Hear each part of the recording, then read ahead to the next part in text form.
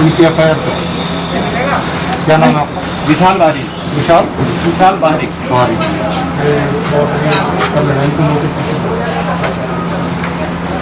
सबसे पहले यही था।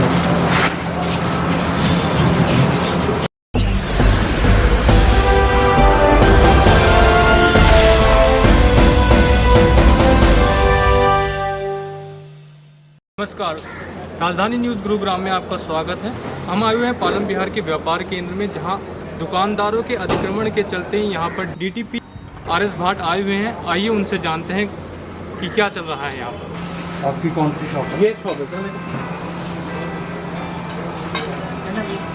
ये आपकी है? हर साल सर प्रॉपर्टी टैक्स दे रहे हैं, सब कुछ दे रहे हैं, सारे टैक्स देते हैं, जीएसटी पे करते हैं, सब कुछ पे करते हैं। कच्चा धंधा नहीं, पक्का धंधा लेके बैठे हम। बैंक को हर महीने EMI जाती हैं, लोन जाते हैं, सब कुछ जाते हैं। अब धंधे तो वैसे ही आजकल आपको पता ही है मार्केट में धंधों का क्या हाल है। काम वाम तो कस्टमर वैसे ऑनलाइन ने ठप कर रखा है, जो थोड़ा मोड़ा आता है वो भी खत्म।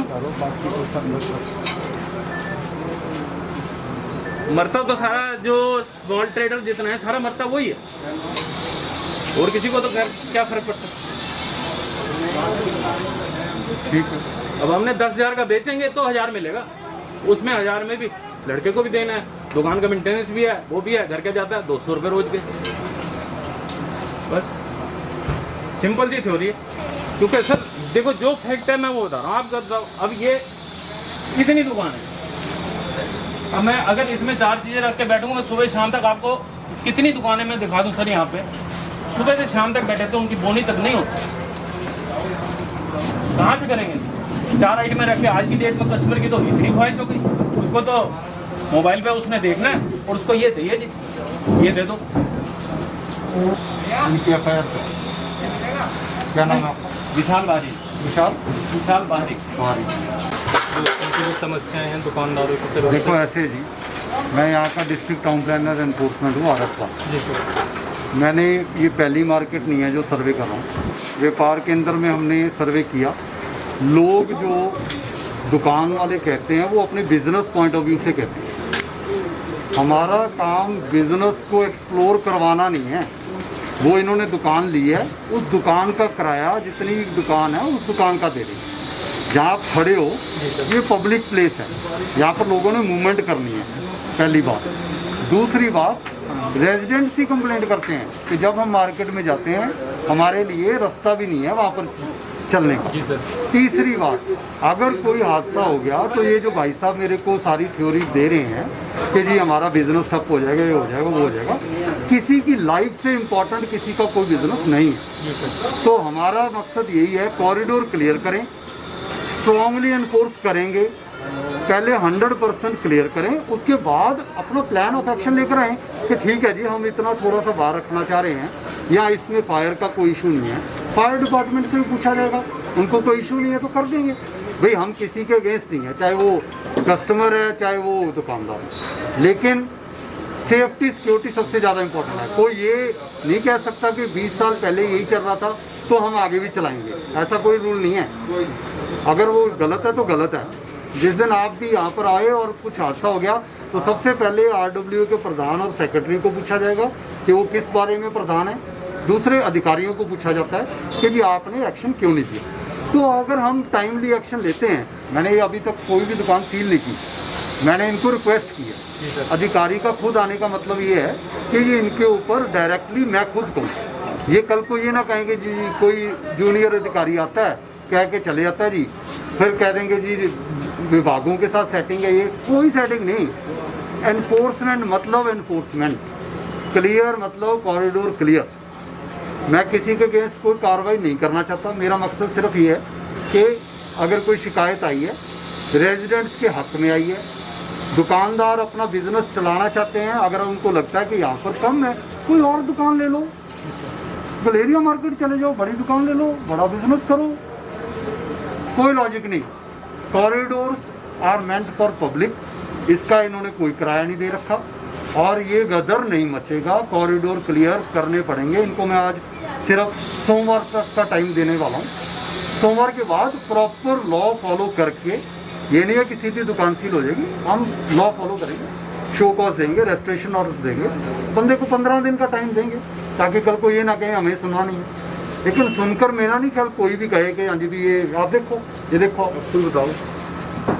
अगर एक दुकान आपने ली है और उसके 2 दुकानों का सामान कॉरिडोर में है, तो ये तो भाई फिर रूल किस लिए बनाए हैं? किताबें बंद कर देते हैं, जो मर्जी चलाओ।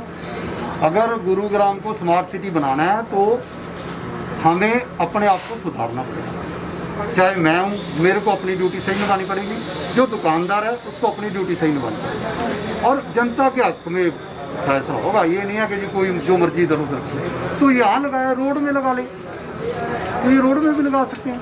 रोड भी कॉमन ही है, सड़क के बीच में बैठा कर बेच दें। सर दुकान वालों का कहना है कि जब तक हम शो नहीं करेंगे चीज़ों को तो हमारी बिक्री नहीं तो होगी। ठीक है, शो नहीं करेंगे तो सड़क पर शो करवा लो, एनक्रोचमेंट सड़क के कम हो जाएंगी, आपका कंजेशन ज़्यादा होगा। फिर आप लोग मेरे से पूछोगे कि इस सड़क के ऊपर इतना अतिक्रमण है जी, आप क्या कर रहे हो? जी सर। तो उसका जवाब आज ही दे रहा हूँ, ये नहीं चलेगा।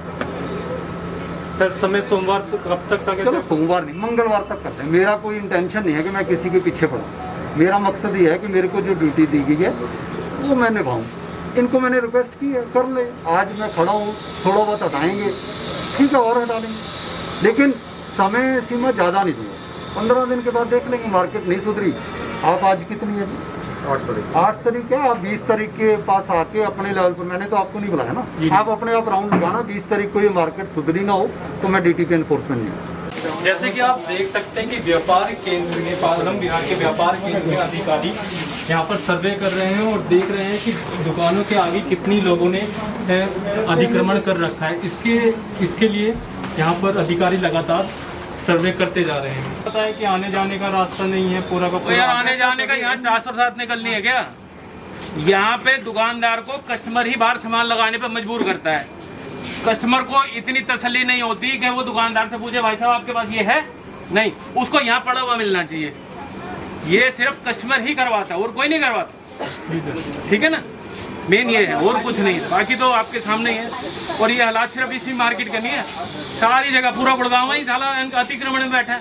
मैं चाहती हूँ कि सामान जब तक डिस्प्ले नहीं होगा तब तक कैसे कस्टमर देगा। लेकिन देखो आगे क्या होता है।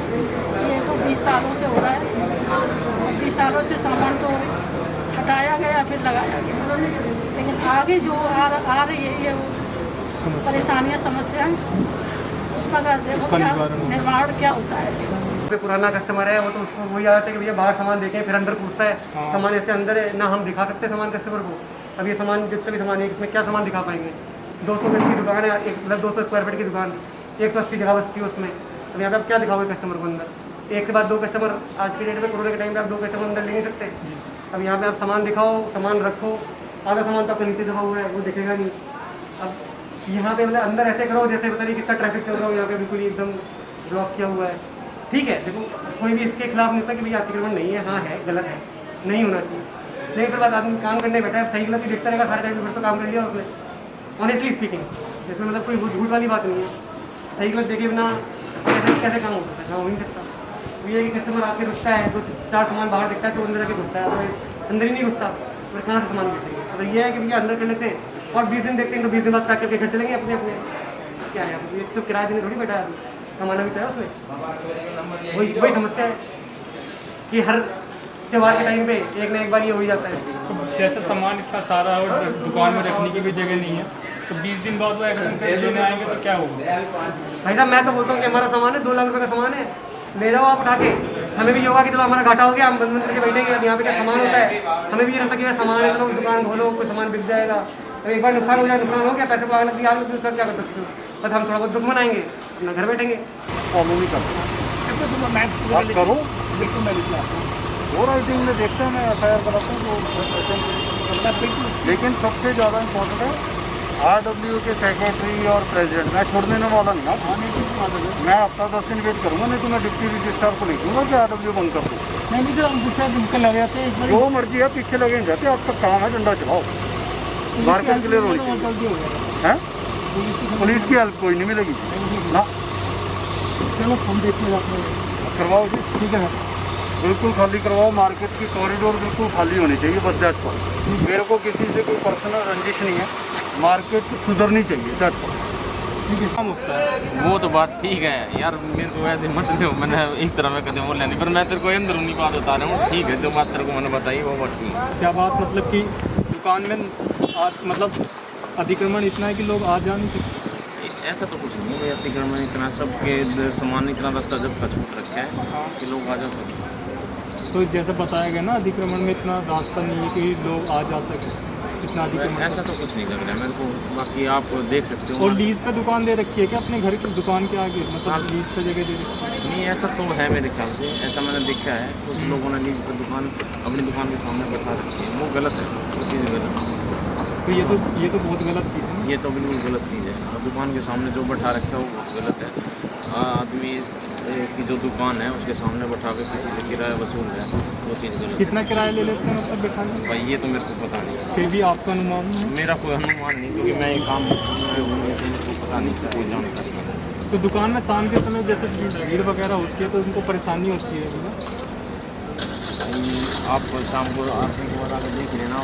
Deputy RS. भाट यहाँ पर आए हुए थे और उन्होंने दुकानदारों को जो अवैध अतिक्रमण कर रखा है, दुकानदारों ने अपनी कुछ दुकानें अपनी दुकान के आगे लीज पर दे रखी हैं और शाम के समय पर यहाँ ना आने का रास्ता रहता है और ना जाने का रास्ता रहता है, ऐसी शिकायत की गई थी। और इसी शिकायत पर डिप्टी आर.एस. भाट यहाँ पर आए हुए थे। आर.एस. भाट ने दुकानदारों को यहाँ पर 20 दिन का समय दिया है। 20 दिन के अंदर वो अगर यहाँ से अतिक्रमण नहीं हटाते हैं तो वो आकर यहाँ पर एक्शन लेंगे। अब देखने को ये मिलेगा कि 20 दिन के बाद आर.एस. भाट क्या एक्शन लेते हैं।